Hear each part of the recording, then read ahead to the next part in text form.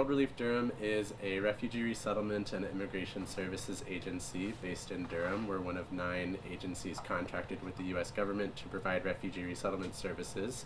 In addition to our general reception and placement program for newly arrived refugees, we provide immigration legal services for those trying to get their citizenship, trying to get their green cards, any number of legal processes like that. And we also have our youth services program, which I manage, working with students in the Durham public school system and their families to make sure they're able to take advantage of all of the services that the schools offer.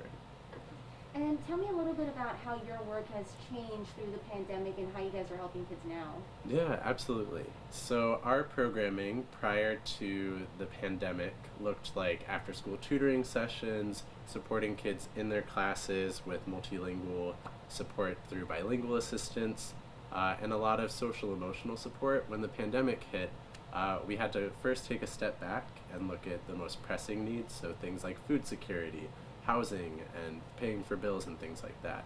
Once we were able to connect families with services like that through the schools and other sectors, we said we needed to make sure that our kids in the youth services program weren't having their education interrupted again, many of which in coming to the United States did experience interruptions in their education. So we've been running tutoring through Zoom since the end of March of this year. It's the kind of thing where we know that kids are pretty tired of Zoom, but just they keep coming back, and it's the kind of thing where they keep asking for more and more time with us. So to us, that speaks of a great need that they have. They're feeling really isolated right now.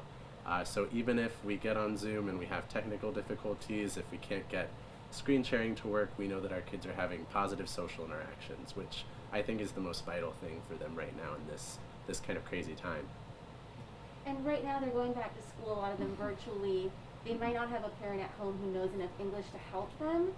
How important is what you guys are doing now to continue to support them?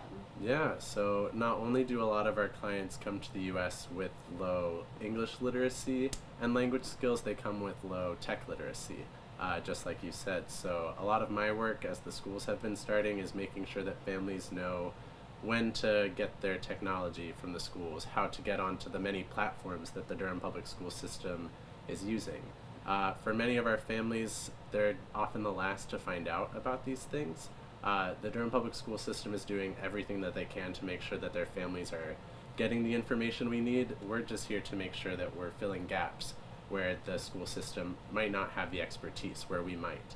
Whether we're working in Arabic or Farsi or Rohingya, any of these languages that are really just not common in our nation, we're here readily with our bilingual assistants and interpreters who are able to appropriately relay this information and make sure that families aren't being left behind.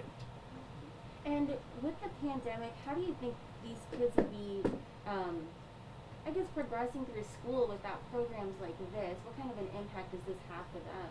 Yeah, that question reminds me of a study that came out showing that minorities and black and brown kids are the most likely to drop out during this time of the pandemic, just from being really outside of the school environment without the structure and the support. Black and brown kids, like our clients, are the most likely to drop out of school.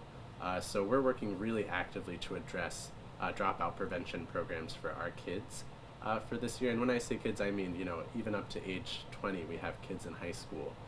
So without this program, I think there are a lot of kids who are refugees, immigrants, black and brown kids who are really at risk of just not having the structure of education and the many opportunities that having an education would lead to.